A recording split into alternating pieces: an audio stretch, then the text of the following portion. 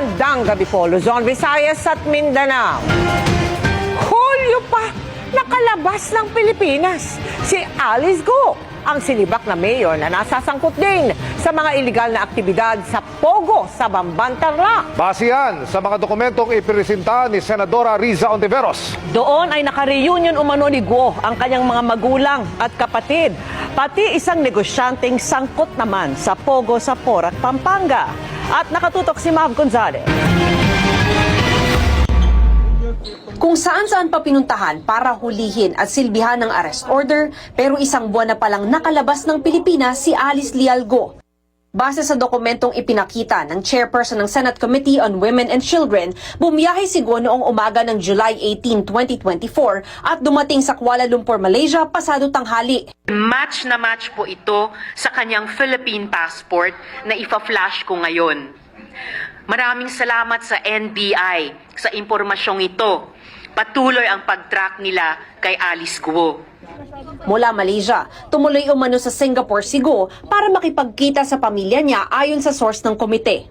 Nagtagpo-tagpo sila ng kanyang magulang na sina Lin Wenyi at Guo Jianzhong.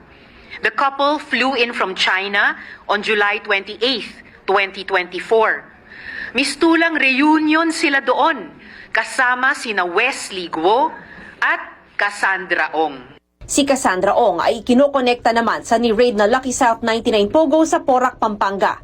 Giit ni Ontiveros, hindi makakalabas ng Pilipinas si Guo kung walang tumulong mula sa gobyerno, lalo't may lookout bulletin order laban sa kanya, kaya dapat itimbre ng immigration ang mga tangkanyang mag-abroad. Paano kung ang law enforcement mismo ang kailangan imbestigahan?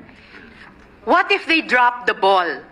Paano kung sila ang dapat managot? Hinala ng ilang senador, chartered flight ang sinakyan ni Guo. Matitrace siyang kung sino, anong mga private plane ang lumabas o chartered plane ang lumabas that very day from the Philippines. Doon natin matatrack down. At sino yung mga CIQ, Customs Immigration, Quarantine, ang nag-process ng kanilang passports. If the flight number now registers to a chartered plane, then you can find out who owns the chartered plane. And dahil nga masyadong popular ito si Mayor Guo, kilala siya. Siguradong kilala ng piloto kung sinong pasahero nila. Imposibleng hindi makikilala. CAAP can fine or actually dismiss pilots in the failure to name the members in the manifest. Kapansin-pansing walang larawan sa biometrics ni Guo sa dokumentong nakuha ni Ontiveros.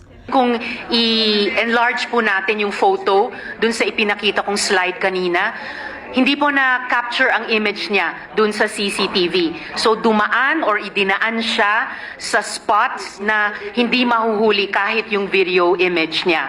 Baka may nagturo sa kanya at hindi lang dito sa immigration natin, posibleng sa immigration ng iba pang ASEAN countries. Ang pagkakaalam umano ng Justice Department, nasa Pilipinas pa si Guo at walang report ang immigration na nagtangka siyang umalis. Nakapaghain pa umano si Guo ng counter affidavit na pinanotaryo noong August 14 at may mga nakakita pang mga law enforcement agency pagkatapos ng July 18. Sabi ni Senador Win Gatchalian, chinek ng opisina niya ang law firm na naghain ng counter affidavit ni Guo at lumalabas ngayon aniya na nagsinungaling ang abogadong nagnotaryo sa dokumento na si Attorney Elmer Galicia.